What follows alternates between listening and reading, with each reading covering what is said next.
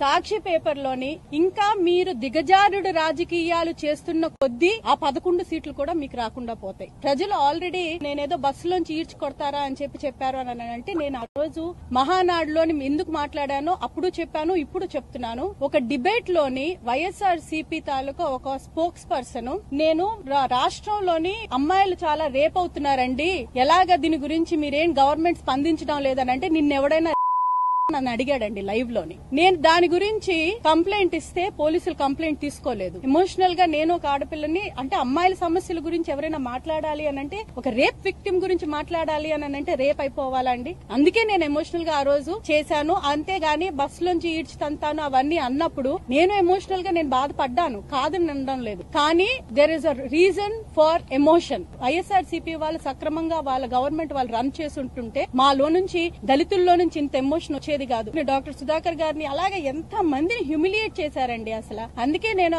ఈ రోజు మీ పద్ధతి మీరు మార్చుకోకపోతే మీరు ప్రతి మహిళని ఇబ్బంది పెట్టారు, ప్రతి ఒక్కరిని ఇబ్బంది పెట్టారు. మీ పతనానికి మీరే నాంది పలుక్కున్నారు. మీరు 11కు పడిపోయారు. ఇప్పుడు కూడా ఇంకా ఇలా చేసుకుంటూ పోతే నాలాగే ప్రతి ఒక్క ఆడపిల్ల తలకు ఉసురు పోసుకుంటారు.